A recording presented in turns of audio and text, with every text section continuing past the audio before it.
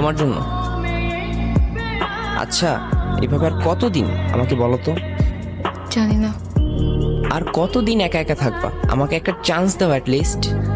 আমি আসলে ওসব নিয়ে কিছুই ভাবতে পারতেছি না রাফিজ। রাতে ঠিক মতো ঘুমোতেও পারতেছি না। সারাক্ষণ মনে হচ্ছে ও আমার আশেপাশেই আছে, আমাকে দেখতেছে।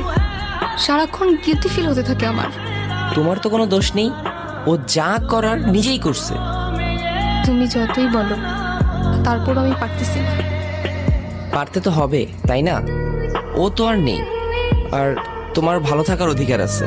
তোমার মুভ অন করতে হবে ওর স্মৃতিগুলো থেকে। আমি যা করছি তোমার কারণে করছি। তুমি আমাকে ছাড়া কেন ভালো থাকবা? আর তুমি আমাকে কিভাবে ভুলে যাবা বলো? তুমি শুধু আমাকে একটা ইশারা দাও যে আমি তোমার ভালো থাকার দায়িত্ব নিতে পারবো কিনা।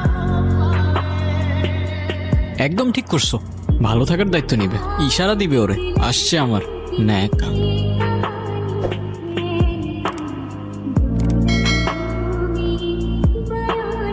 আরশি, তুমি দেখতে পাচ্ছ আমাকে?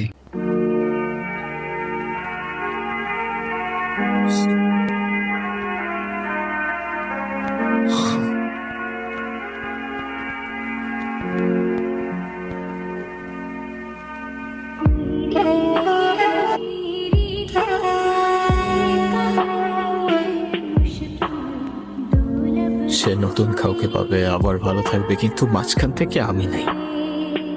তোমার বাবা মা ছাড়া কেউ তোমায় মনে রাখবে না, কারণ তাদের কাছে যে তোমায় রিপ্লেস করার মতো অপশন নেই। তুমি সুইসাইড করে যদি এক্সপেক্ট করো কারো জীবন তোমার জন্য থেমে থাকবে, সে তোমায় নিয়ে পড়ে থাকবে, ইউ আর ফাকিং রং।